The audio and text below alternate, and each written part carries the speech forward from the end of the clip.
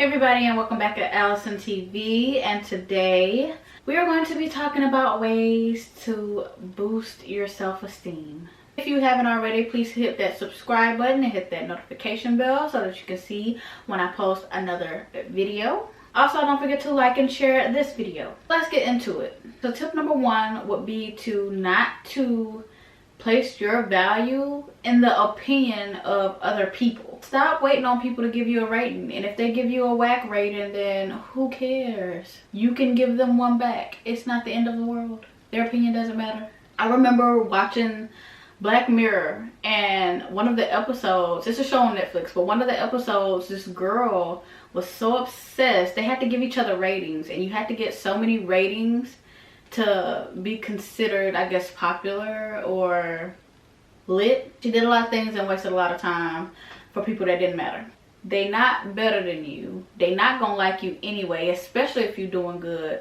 One thing about it, there are a lot of people out here. It's very rare to find people who actually like when you're doing good or better for yourself, especially if you're doing better than them. It's very rare to find people who can just pat you on the back or be happy for you.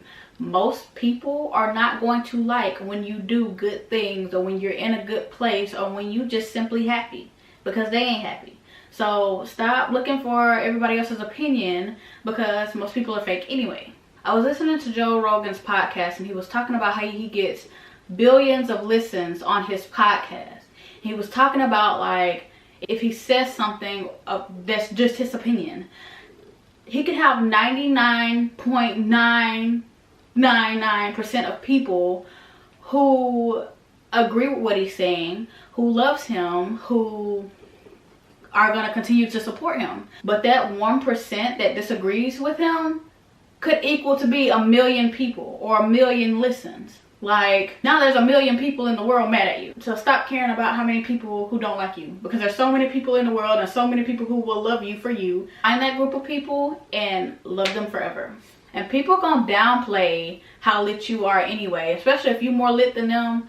If you are, and I'm not saying that you're better than them or anything, but when you got something going for yourself that they don't, they're gonna try to downplay you anyway to try to make it seem like you ain't all that. Yes, I am, babe. I think so. You think so. Your mama thinks so. Your boyfriend thinks so. That's why you're mad. Majority rules. Take social breaks, because social media is just full of opinions. It doesn't matter what the topic is about. It doesn't matter what it is. If you post something and you get 500 likes or 1,000 likes or 1 million likes, guess what? There's still somebody on your timeline who scrolled through and saw the same post and didn't like it, but they couldn't dislike it because that's not an option, or they don't want you to know that they see you, so they keep scrolling. They ain't even gotta be your friend. They still gonna come on your page and just dislike your stuff.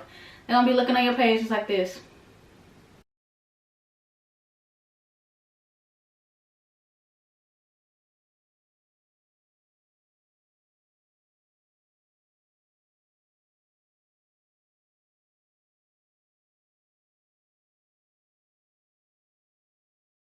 They don't matter, but still take your social breaks, because at the end of the day, you just need to get away from everybody and their opinions. Tip number two, stop comparing yourself to other people. Don't base your worth off of what other people have. You are going to hate yourself in the long run. First of all, you don't know what those people had to go through to get whatever they have or to get to where they are, good or bad. Some people make a lot of sacrifices and work really, really hard, and they deserve what they have. They deserve to be able to enjoy the life that they have or the things that they have. And it's not fair for you to be a lazy bones or to sit back and think that you're entitled for people to just give you things and look at what they have and be mad at them and comparing yourself to them and belittling them because of your decision. What's for them is for them. You don't know if they did something bad to get it. Some people do some stuff for money and for the stuff that they have and the positions they have that has them not being able to sleep at night. A lot of people do this stuff to live that lifestyle, and it comes back to bite them in the behind later on in life. They do all this and try to shine and flex, and then a little bit down the road, God humbles them. They end up in jail for fraud or dead because they stole it, or have all these body counts and soul ties and just unable to be spiritually okay with themselves. Some people are just fake and are social climbers, and they're doing this and that, and in this person's face and that person's face to get what they want, get where they want to be. Be authentic. Yes, it's important to know important people, but don't be over the top. Don't be a busybody. Be authentic. Be real. In multiple people's face, making multiple friends, trying to get that popularity is nothing but making you even more enemies, because everybody ain't friends. It's also exhausting trying to keep up with somebody, because there's always going to be someone who has more than you, just like there's always someone who has less than you. You're more fortunate than somebody else right now in this world, and there's always somebody who's more fortunate than you right now. Someone's always in a worse position and someone's always in a better position. You will run yourself down and into the ground and go crazy and lose yourself trying to keep up with the Joneses. You will always be bitter and miserable and jealous. And then at some point of constantly trying to be like somebody, you get obsessive. It gets obvious and it's embarrassing. You start literally copycatting and people notice it. When somebody's doing something and they have like this glamorous lifestyle, better believe they have a bunch of eyes on them. So then when you come out and you're trying to do the same thing and you're constantly on their page trying to see what they're doing and how their hair is and how their makeup is today and how they did this and how they did that. Oh, they have a pink brush, so I'm gonna go buy me a pink brush. And they have a blue car, so I'm gonna go get me a blue car. I saw Katie Heron wearing army pants and flip-flops, so I bought army pants and flip-flops. They are gonna put it together and you will be embarrassed when someone exposes you, especially that person if they notice that you're doing it. Trying to be somebody else and putting this mask on for popularity, eventually the real you will seep out, and then you will risk losing everything you obtained being someone else, because you always put yourself at risk of people being like, what? This isn't the person I gave that to. This is the person I want endorsing me. This isn't the person that, you know, I want on my brand, or this and that. So just be yourself. That way you're always authentic, you're a real person, and there's nothing that you can really do as far as being yourself that will run certain people away from you, because everybody in your circle is real. Everybody in your circle knows you. Everybody in your circle knows what to expect from you. So be yourself. Don't compare yourself to other people. Don't try to be like other people. What God has for you specifically, nobody else can take. You can't have what's mine and I don't want what's yours. Tip number 3, understand that your value and your self-confidence is something that's gonna come from the inside of you, not on the outside. It's your character, your heart, and your conscience that makes you who you are. We're all beautifully made. We're all unique. There's beauty in all of us. Your clothes, your makeup, your hair, your skin tone, none of that defines the person that you are. I'm not saying that these aren't things that you can't take pride and confidence in, but it's definitely something that shouldn't make you feel any less because you don't have this, or you look like this, or you do have that. And it shouldn't be anything that lessens your value. Dude still gonna want you no matter what you look like. People still gonna talk about you no matter what you look like. None of that matters. Why would you even want to be friends with people who cared about those things? Because honestly, if you look at the typical mean girl and she has all this going on about her life, but who she is just what's on the inside is just terrible. You'll notice that all her friends around her are fake and everybody low-key hates to be around her. Don't be that person. Step number 4. As y'all know, I'm big on therapy. I think that therapy is one of the best ways to work on your relationship with yourself. Be honest with yourself. Get to know yourself. It's a good way to separate other people's opinion of you and learning your own opinion of you. Get to know yourself. Get to the root of the issue that you have with yourself. Find what you love about yourself. Undo brainwashing and get out of that. If you grew up in a bad environment, or you were just surrounded by negativity, get used to not being in that environment anymore.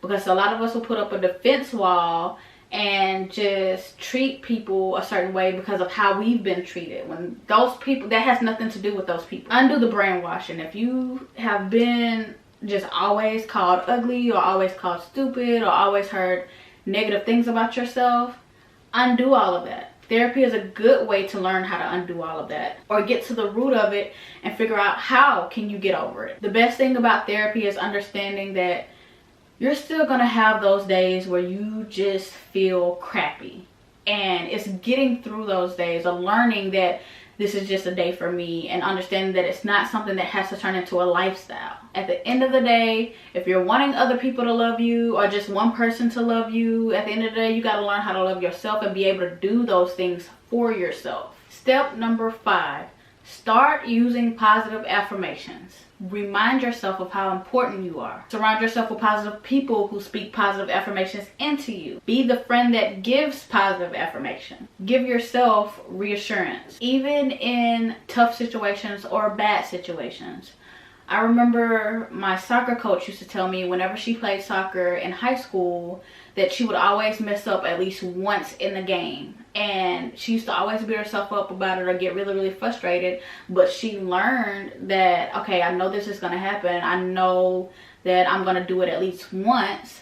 And when she does it or when she catches it, she'd be like, oh, there it was. And keeps going about the game instead of letting it ruin the rest of her game. It's okay to have bad days or be in tough situations, and just remind yourself that you're gonna get through it. It's not gonna last forever unless you make it last forever. Step number 6 would be to find your passion. Your craft is your outlet, your voice, and your reason. Try new things, then try them again. Be open-minded. Knowing how to do something, especially if you're good at it, will help you to feel good. People like when they're good at stuff. It makes you challenge yourself, and you feel good when you're able to get over a challenge or accomplish something. You'll always have something to look forward to. It becomes therapeutic and a comfort zone. It makes you feel important.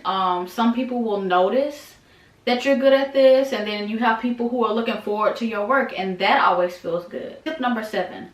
Visualize who you want to be. Set yourself goals and achieve them one by one until you are her and she is you. Don't use other people as examples, because you'll find yourself comparing and imitating. And then you lose yourself and not doing it for you. If you want to be this spiritually woke environmentalist teacher, set yourself goals for each characteristic. Pray and read your Bible and go to church if that's a part of your spirituality. Research, do whatever it is to help you spiritually get closer to whatever it is you need to get closer to. Research and do the little things. Reduce, reuse, recycle. Start small and plant a little garden. And if you're not ready to plant a garden, then research it so that when you're ready to, you'll know how to. Or when you get into these social groups and other people are trying to figure out how to do things, you know what you're talking about. You have something to talk about. If you're not in any social groups that pertain around the things that you're interested in, get in some. Babysit the age group that you want to teach. Pay attention to their behaviors. Experiment. This is how I get this child with this personality to stay calm. This is how I get this child with this personality to pay attention when I need them to pay attention. This is how I get them to lay down and take a nap. Learn their triggers. Little kids have triggers too. Learn what triggers little kids besides sugar. Sit in on somebody's class. Go to your old high school. If you want to be a teacher, go to your old high school. I'm pretty sure they'll let you sit in somebody's class. Or if you're cool with a teacher, that teacher will let you sit in on their class. And once you clear the board of those goals, set bigger goals or just more goals. Tip number 8 will be to help more people. It's good karma. Just like negative energy, when you put a lot of positive energy into the world, it still comes back on you tenfold. It's karma. You feel good when you're doing things for others. It's really hard to feel bad after a really positive and productive day. It's hard to feel bad after you help somebody and just make somebody smile. Kindness and smiles are contagious, and they go a long way. Tip number 9. Groom yourself. You feel good when you look good. Don't believe me? If you've been quarantined this whole time and looking a mess, do your hair and throw on some makeup in a bad outfit. Tell me you don't feel good. After months sitting in the house being depressed and ain't able to do nothing, tell me that don't make you feel good just getting yourself together. Find your own style or clothes that compliment you, or a certain feature that you have, or just your body in general, or your skin tone. When you put forth the effort, people notice it, and then they start giving you compliments, and then you start feeling lit. Get yourself together every now and then. Tip number 10, organize. You feel good when everything in your life has a place and it makes your life easier and more manageable. Spring clean. You feel good when you're in a clean house and everything's organized. Redecorate and give everything a new place. Buy a shelf or a table. Get a planner and tons of stickers. Shorten your friends list on social media. That's under spring cleaning. Get rid of those pages that make you feel bad or are just constantly talking about low vibrational stuff. They don't have a place in your life. Delete the pages that you constantly find yourself in the comment section arguing with people. If you feel bad about your body and you're not happy with your weight, why would you add like 50,000 Instagram models or pages that post all these beautiful women or what society says is a beautiful woman? Why would you do that? Delete them. All you're doing is scrolling up and down all day comparing yourself to these women. And 9 times out of 10, the harsh reality is you're never gonna look like them.